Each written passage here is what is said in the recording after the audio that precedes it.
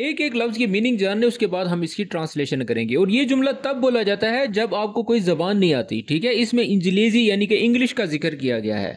यानी का मतलब होता है यानी कि इंग्लिश में बोलते हैं इट मीन्स, यानी कि इसका मतलब, ठीक है ना। यानी जो है हम आम तौर पर तभी कहते हैं यानी कि इसका मतलब, ठीक है। अल वाहिद का मतलब होता है समवन, यानी कि कोई, किसी, ठीक है। लाजिम का मतलब होता है ज़रूरी। और यारिफ यानी कि किसी चीज़ का मालूम होना, ठीक है। और इंजलेजी तो आप लोगों को पता ही है कि इंग्लिश को कहा जाता है। अशान का मतलब होता है ताके, ताहम, ताके, क्योंकि, ये उन चीज़ों में जो है आ जाता है। और यतलब का मतलब होता है ऑर्डर, ठीक है, रिक्वेस्ट। जब हम किसी चीज़ को, कोई चीज़ हमें मतलूब होती है तो हम तलब करते हैं, ठीक है, हम ऑर्डर करते हैं, तो ये उस कैटेगरी में कहा जाता है। यानी अल वाहिद लाजिम यारिफ इंजलीजी अशन यतलब, इसकी ट्रांसलेशन बनेगी यानी किसी को अंग्रेजी आनी जरूरी है ताकि वो कुछ मांग सके या कुछ ऑर्डर कर सके, ठीक है। और इंग्लिश में बोलेंगे it means someone must know English in order to request something, ठीक है। उम्मीद करता हूं कि ये जुमला आपको पसंद आया होगा। चलिए अब हम आगे बढ़ते हैं, देखते हैं क्या होता है।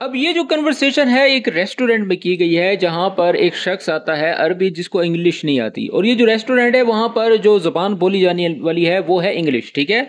जितने भी आइटम्स हैं उसके जो नाम है वो आपने इंग्लिश में ही बताने हैं। मगर ये बंदा जो है ये ज़रा बदूई टाइप होता है तो इसको इंग्लिश नहीं आती। तो फिर उसके साथ जो उसका दोस्त आता है तो वो कहता है कि खलास या हबीबी अंत अतलुब व अना बतरजिम लक इश तबी बस।